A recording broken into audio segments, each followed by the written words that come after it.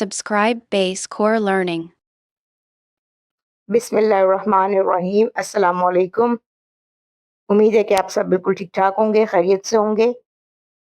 Previous lecture भी हमने parallelism के रिलेटेड किया था और आज का जो लेक्चर है ये भी पैरेललिज्म के रिलेटेड है। पैरेललिज्म क्या है? एक ग्रामर का वो स्ट्रक्चर है जिसमें सेंटेंस के जो तमाम स्ट्रक्चर है उसमें अगर आप आइडियाज को लिस्ट करते हैं, फ्रेजेस को ज्वाइन करते हैं, तो उसके अंदर आने वाले अल्फाज का जितना भी स्ट्रक्चर है, जो भी वर्ड्स आप यूज कर रहे हैं, वो एक ही ग्रामेटिकली उसका स्ट्रक्चर सेम होगा। यानी कि अगर पहला आइडिया लिस्ट करने के लिए आपने वर्ब को यूज किया है तो सेकंड भी वर्ब होगा, थर्ड भी वर्ब होगा। इसी तरह अगर पहला एडजेक्टिव है, दूसरा एडजेक्टिव होगा, तीसरा एडजेक्टिव होगा। नाउन है तो अगले वाले को भी नाउन होना चाहिए। मतलब सेम ग्रामेटिकल स्ट्रक्चर होना चाहिए सेंटेंस में जब भी आप आइडियाज को लिस्ट कर रहे हैं, फ्रेजेस को ज्वाइन कर रहे हैं। तो पैरेललिज्म का जो सादा सा मतलब है वो ये है कि सेम ग्रामेटिकल स्ट्रक्चर। अच्छा, हमने पैरेललिज्म किया था लेकिन उसमें हम ज़्यादा डिटेल में नहीं गए थे और आज हम जो कर रहे हैं वो पैरेललिज्म इन पेयर्स होगा। यानी कि पेयर्स में पैरेललिज्म कैसे होगा। तो देखें स्लाइड पे जैसे कि शो हो रहा है, कुछ पेयर्स हैं जिन्हें आप कंजंक्शंस भी बोल सकते हैं। जैसे नॉट ओनली बट ऑल्सो है, ईदर और के साथ है, नीदर नॉर के साथ है, बोथ एंड के साथ और वेदर और के साथ। जब भी हम सेंटेंसेस को जोड़ रहे होते हैं, कंबाइन कर रहे होते हैं, हम मिला रहे होते हैं सेंटेंसेस को, तो ये चीज़ आपको पता होगी कि कंजंक्शन हम यूज़ करते हैं, जिसमें बहुत ज़्यादा जो आम कंजंक्शन है वो एंड भी है, वो और भी है। तो यूज़ सेंटेंसेस को जॉइन करने के लिए कंजंक्शन यूज़ कर रहे हैं। तो अब पैरेललिज्म कंजंक्शन में कैसे होगा कि कंजंक्शन से पहले वाला जो सेंटेंस का पार्ट था उसमें भी सेम स्ट्रक्चर होना चाहिए जो आप आइडिया आपने लिस्ट किया है, और कंजंक्शन के बाद वाला जो स्ट्रक्चर है अगर उसका जो स्ट्रक्चर है वो भी सेम होना चाहिए। अगर पहले वाले में आपने कंजंक्शन से पहले एंड से पहले वर्ब लगाया है तो एंड के बाद भी वर्ब आना चाहिए, और से पहले वर्ब लगाया है तो और के बाद भी वर्ब आना चाहिए। इसी तरह अगर नॉट ओनली से पहले नाउन है तो बट ऑल्सो वाले में भी नाउन होना चाहिए। यानी कि पूरे सेंटेंस को आप किसी भी कंजंक्शन से जोड़ें, लेकिन कंजंक्शन दोनों कंजंक्शन के साथ जो है वो आइडिया लिस्ट करने के लिए या फ्रेज को ज्वाइन करने के लिए ग्रामेटिकली स्ट्रक्चर सेम होना चाहिए। जैसा कि यहाँ पे भी लिखा हुआ है कि इन पेयर्स के दोनों हिस्सों के बाद एक ही तरह के अल्फाज आने चाहिए। यही पैरेललिज्म है। अब इनके साथ मजीद इनकी एग्जांपल्स करेंगे तो ये आपको क्लियर हो जाएंगे। चलें एग्जांपल्स देखते हैं अभी। एग्जांपल नंबर 1 क्या है? He is not only intelligent, वो सिर्फ इंटेलिजेंट नहीं है, ज़हीन नहीं है, बट ऑल्सो हार्ड वर्किंग भी है, मेहनती भी है। तो अब देखिए नॉट ओनली के फौरन बाद जो लफ्ज आया है वो है इंटेलिजेंट, यानी कि एडजेक्टिव है, ठीक है। But also hard working, but also के बाद क्या आया है? हार्ड वर्किंग, वो भी एक एडजेक्टिव है। तो यहाँ पे जो ग्रामेटिकली जो सेंटेंस है वो बिल्कुल ठीक है कि नॉट ओनली के बाद भी एडजेक्टिव आ गया है, बट ऑल्सो के बाद भी एडजेक्टिव आ गया है। अब नीचे देखें, यू कैन ईदर स्टे और गो।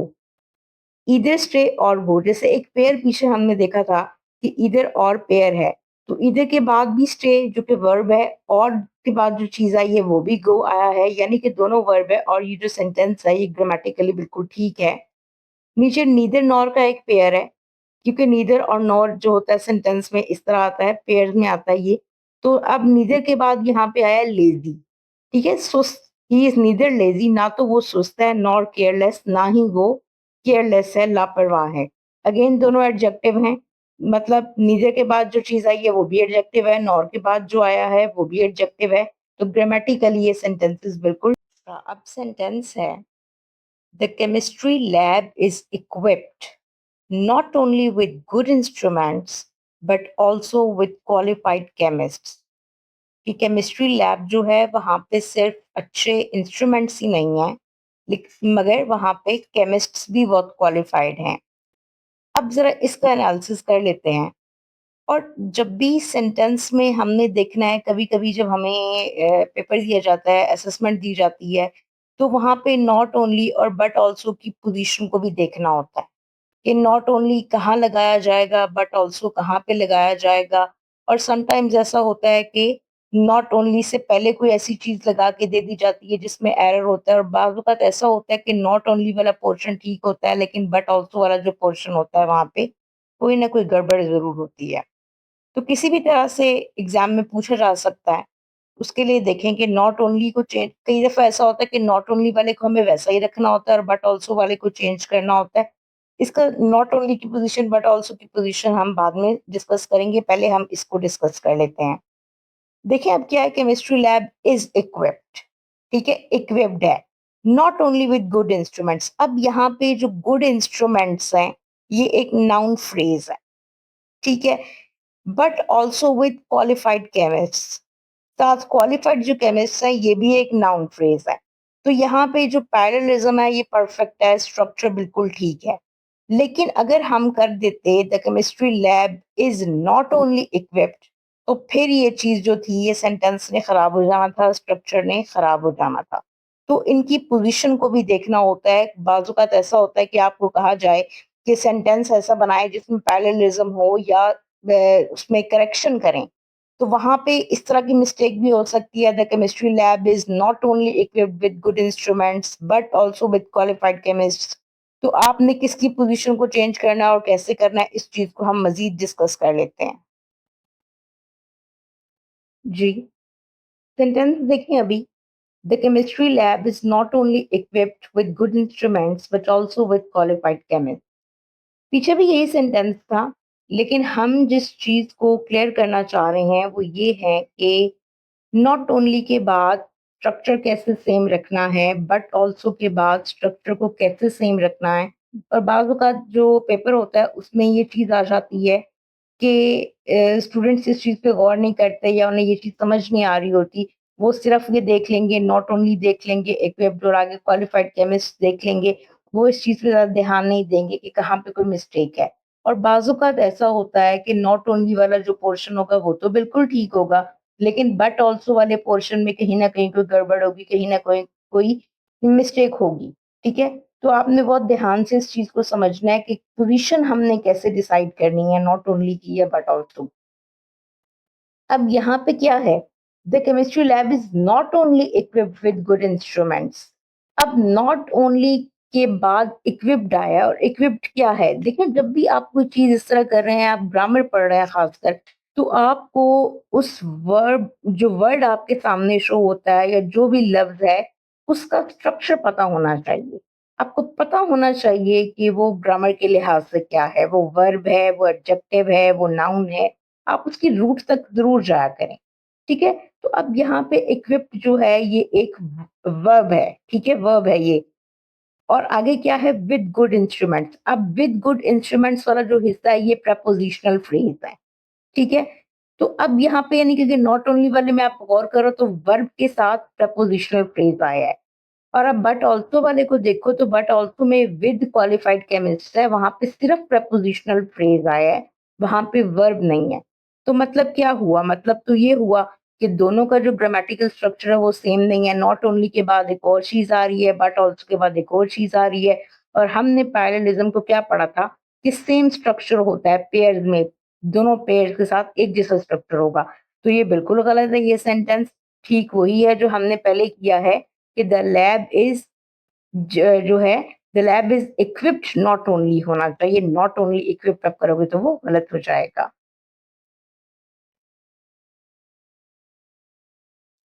She is both smart and diligent दिखें। अच्छा ये अब एडजेक्टिव है। और एडजेक्टिव को करते हुए आपने एक चीज जो ध्यान में रखनी है कि आपने डिग्रीज ऑफ एडजेक्टिव्स पढ़ी हुई होंगी। पॉजिटिव होती है, कंपैरेटिव होती है और सुपरलेटिव होती है। ठीक, पॉजिटिव क्या होता है? एक अकेला होता है, कंपैरेटिव में क्या होता है? 2 के बीच में कंपैरिज़न हो रहा होता है और सुपरलेटिव जो होती है वो हाईएस्ट होती है बहुत से लोगों के बीच में कंपैरिज़न में, ठीक है? अ, वो हो रहा होता है, ठीक? जैसे हम कहते हैं टॉल, टॉलर, टॉलेस्ट है, ठीक है? हाई, हायर, हाईएस्ट है। तो ये उसकी डिग्रीज़ हैं। हाई जो है वो पॉजिटिव हो जाएगी, फिर कंपैरेटिव हायर हो जाएगी और सुपरलेटिव जो है वो हाईएस्ट हो जाएगी। अभी हम यहाँ पे डिग्रीज ऑफ एडजेक्टिव्स तो बिल्कुल नहीं कर रहे, लेकिन आपको ये समझा रही हूँ मैं कि जब भी एडजेक्टिव आ जाएगा पैरेललिज्म में, तो आपने दोनों साइड पे उसकी डिग्रीज चेक करनी है। अगर एक पॉजिटिव है तो दूसरी को भी पॉजिटिव रखना है। एक कंपैरेटिव है तो दूसरे को भी कंपैरेटिव रखना है, एक सुपरलेटिव है तो दूसरे को भी सुपरलेटिव रखना है। अब यहाँ पे जो है she is both smart and diligent, ये बिल्कुल ठीक है। लेकिन अगर यहाँ पे she is both smart and more diligent हो जाता, तो फिर यहाँ पे ये चीज़ नहीं थी। फिर यहाँ पे आप इस तरह करेक्ट कर सकते थे, she is both smarter and more diligent. ठीक है? ये ऐसे हो जाता। अ, क्योंकि मोर डिलिजेंट जो है वो कंपैरेटिव है, तो बोथ स्मार्टर जो हो जाता वो भी इसमें कंपैरेटिव में आ जाता। अच्छा, आगे अब नीचे वाला जो है, the movie was both funny and entertaining. अब यहाँ पे ये भी बिल्कुल ठीक है कि दोनों जो एडजेक्टिव्स हैं वो अपनी पॉज़िटिव डिग्रीज़ में हैं, तो दोनों को पॉज़िटिव ही रखना है। अगर यहाँ पे एक हो जाता बोथ फनी या अगर एक हो जाता बोथ फनियर एंड एंटरटेनिंग, या जो है वो इसकी तरह जैसे नीचे एग्ज़ाम्पल में भी दिया हुआ है, बताया हुआ है, the movie was both funny and funnier, या मोर एंटरटेनिंग हो जाता, मोस्ट एंटरटेनिंग हो जाता, तो ये गलत हो जाता। मतलब आपने जो डिग्री, जैसे फनी के साथ एंटरटेनिंग बिल्कुल ठीक है, लेकिन मोर फनी हो जाए और एंटरटेनिंग हो जाए तो वो भी गलत हो जाएगा। फनी एंड मोर एंटरटेनिंग हो जाए तब भी गलत हो जाएगा। मतलब ये है कि डिग्री जो है वो आपने सेम रखनी है। पॉज़िटिव है अगर एक साइड पे तो दूसरी पे भी पॉज़िटिव, एक साइड पे कंपैरेटिव है तो जो दूसरे पेयर के साथ लगानी है वो भी कंपैरेटिव, एक आपने सुपरलेटिव लगाई है तो अगली वाली भी सुपरलेटिव लगाएँगे। एडजेक्टिव को यूज़ करते हुए आपने डिग्रीज़ का ख़ास ख़्याल रखना है।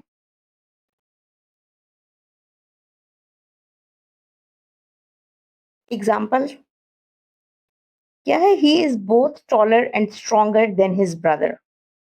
ग्रामेटिकली बिल्कुल करेक्ट है।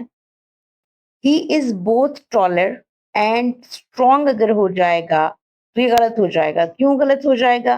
क्योंकि टॉलर जो है वो कंपैरेटिव डिग्री में है और अगर स्ट्रॉन्ग है तो वो पॉज़िटिव में आ जाएगा। वही चीज़ उसी चीज़ की एक्सप्लेनेशन है कि जब आप एडजेक्टिव को यूज़ कर रहे होंगे पैरेललिज़्म में, तो उसकी डिग्रीज़ का ख़्याल रखना है कि दोनों साइड पे जो डिग्रीज़ हैं वो सेम हों।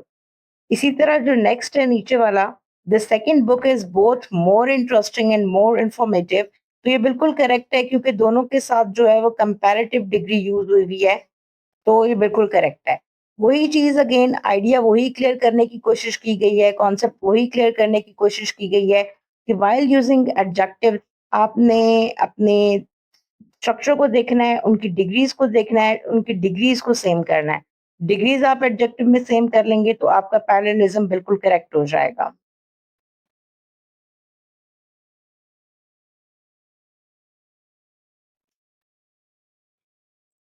सेंटेंसेस कुछ आपके सामने हैं, जिसमें रॉन्ग लिखा हुआ है और आगे क्रॉस लगा हुआ है उनके।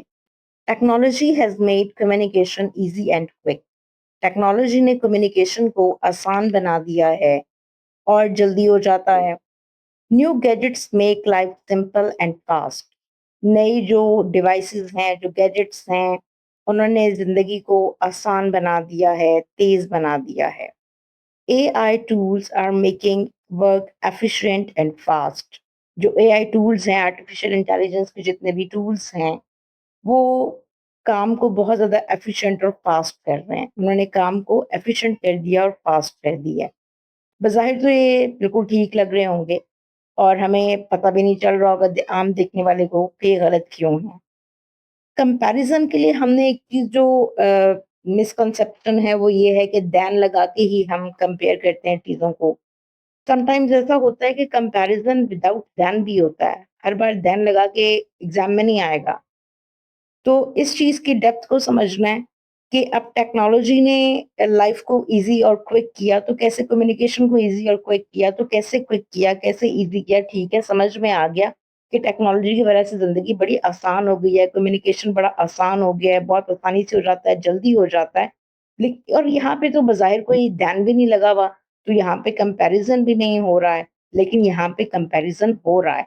इसी तरह गैजेट्स ने लाइफ को कैसे आसान बनाया, यहाँ पे बज़ाहिर कोई ध्यान नहीं लगा हुआ, तो कंपैरिज़न नहीं हो रहा, लेकिन कंपैरिज़न तो यहाँ पे भी हो रहा है।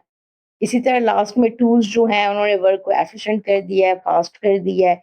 इसमें तो कोई शक नहीं कि उन्होंने लाइफ को बड़ा ईज़ी किया है, हमारे काम को बहुत ज़्यादा फास्ट कर दिया है और यहाँ पे कोई दैन नहीं है, कंपैरिज़न नहीं है, लेकिन यहाँ पे कंपैरिज़न है।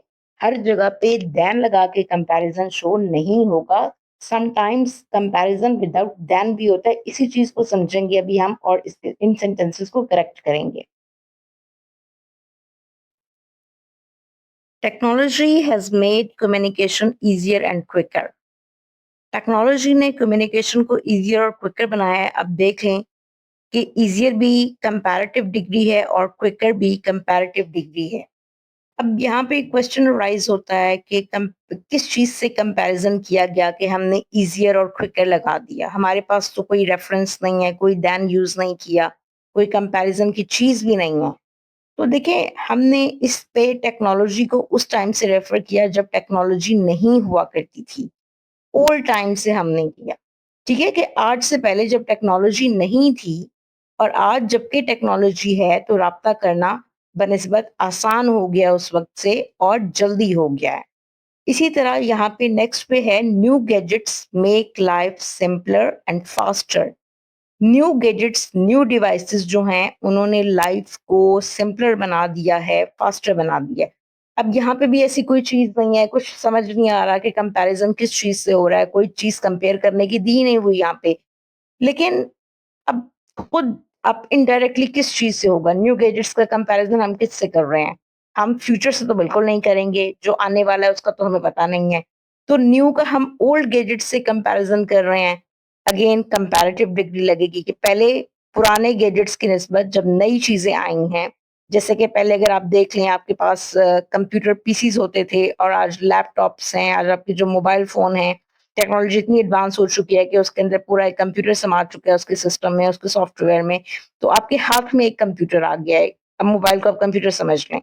आप हर वो चीज़ जो अपने पीसी पे करते थे, अब वो मोबाइल फ़ोन से हो रही है। तो जो नया गैजेट आया, उसने लाइफ़ को सिंपलर बना दी। कंपैरिज़न किस चीज़ से हो गया? पुरानी चीज़ों से, पुरानी डिवाइसेज़ का नई डिवाइसेज़ के साथ कंपैरिज़न हो गया है। अब नीचे जो इसी तरह आर्टिफिशियल टूल्स हैं, क्या कर रहे हैं? मेकिंग वर्क एफिशिएंट और faster, more efficient sorry and faster. अगर ये क्यों? कि जब एआई टूल्स किस टाइम से जब एआई टूल्स नहीं होते थे, तो उन्होंने वर्क को अभी जबकि वो हैं, उन्होंने काम को ज़्यादा आसान कर दिया है, ज़्यादा तेज़ रफ़्तारी से हम वो काम कर सकते हैं। इसी तरह अगर आप देखें medical science has made our life better, ठीक है? बेटर कर दिया है, हेल्थियर कर दिया आप कह सकते हैं। तो अब किस टाइम से मेडिकल साइंस ने अब यहाँ पे भी हम कहेंगे कि कोई चीज़ तो ऐसी है नहीं कि कोई कंपैरिज़न चल रहा है।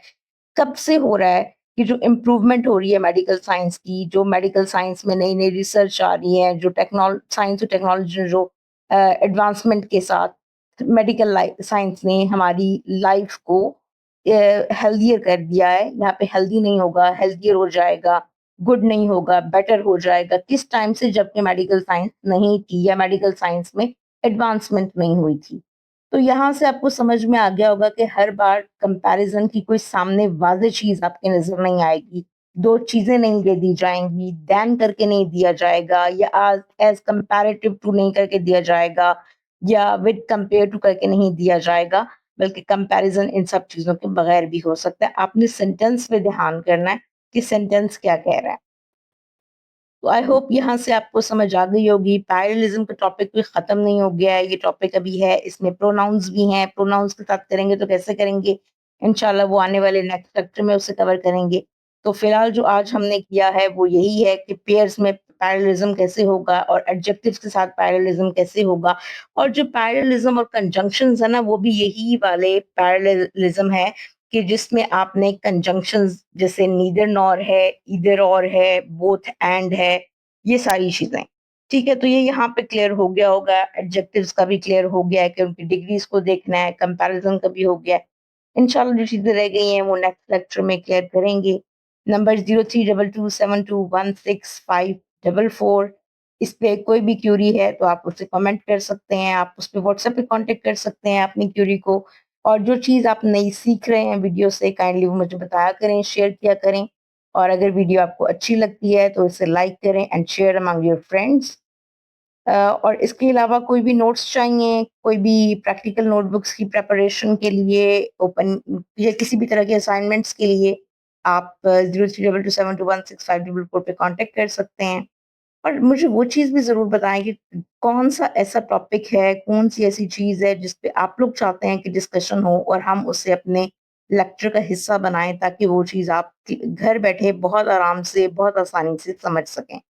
तो अगले लेक्चर तक के लिए take care, stay blessed and अल्लाह हाफ़िज़।